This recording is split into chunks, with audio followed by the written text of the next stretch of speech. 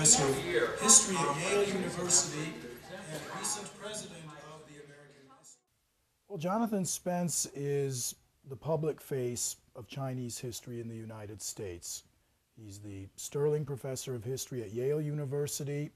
He writes textbooks, he writes bestsellers about Chinese culture and history, and he writes academic history books. Within China itself, with all the caveats... He's an all-around presence in the field.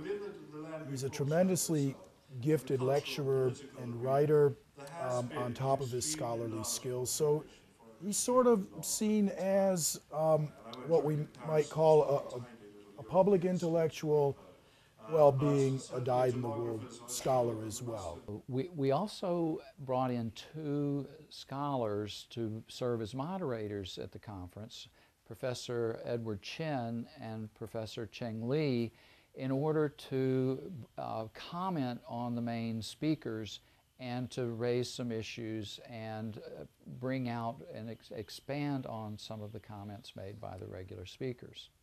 First, China is a paradox of hope. We invited Professor Li to the conference because he developed the Asian Studies program at Hamilton College. China is always called the Middle Kingdom. Professor Chen is an expert in economic development and in the economics of technological change.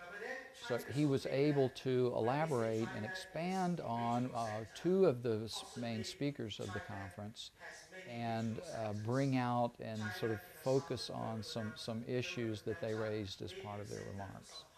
We were really fortunate to have Mr. Hu Xiaoming come to the conference because he has a solid background on East Asia cooperation and security issues. It is really an honor for me to speak before such a distinguished audience.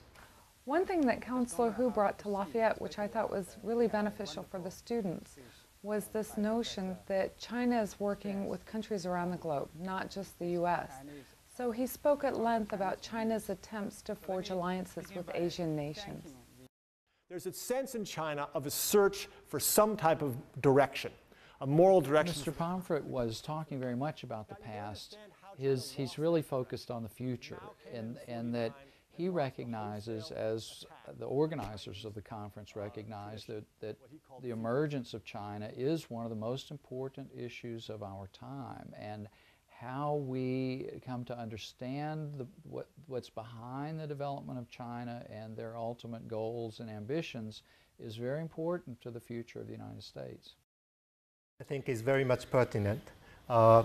If not only Professor Soya Yoshihide, to put his name in Japanese order, is a professor of Hogakubu, or public administration, at Keio University in Tokyo, which is a very good private school on a par of a Yale or a Harvard or a Lafayette, one of these very good schools, but in Japan, and he's a public intellectual as well.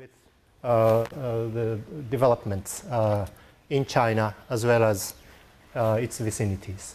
Marilyn Kahn put a lot of effort into the conference, and in the course of her research, she noticed that one name kept coming up in this particular field of interest, and that was Susan Greenhalgh. I want to thank you very much for the invitation. I'm thrilled to be here. Thank you for the opportunity to come and share some thoughts with you. One of the things we were trying to illustrate by the conference is the multidisciplinary approach of the policy studies program. And Professor Greenhalgh is an expert in demographics, and she comes at that as a sociologist. So it was a way of bringing expertise from the various disciplines that bring their strengths into the conference and to try and explore the issues from various points of view. The China conference is a well put together conference. I will say that first and foremost is well put together, incredible experts that I think that I would never have a chance to hear, in one place, one time in my life. So I'm very grateful for that. Also, it was just a unique experience to be able to learn about China itself and what it can become, and made me want to go read a book on China and go, do further research on the one-child policy. So it really opened my mind up to, the possibilities of seeing China as, a future for me, maybe in policy studies or just as a general interest in the world. The policy studies program is generally trying to raise attention to important issues of the day. And certainly one of those is China. And this was a way of rallying the various faculty members that are involved with the policy studies program around a central theme, and to bring our strengths from history, from economics, from sociology, to bear on this problem, and to illustrate really the concept behind policy studies, which is this multidisciplinary approach.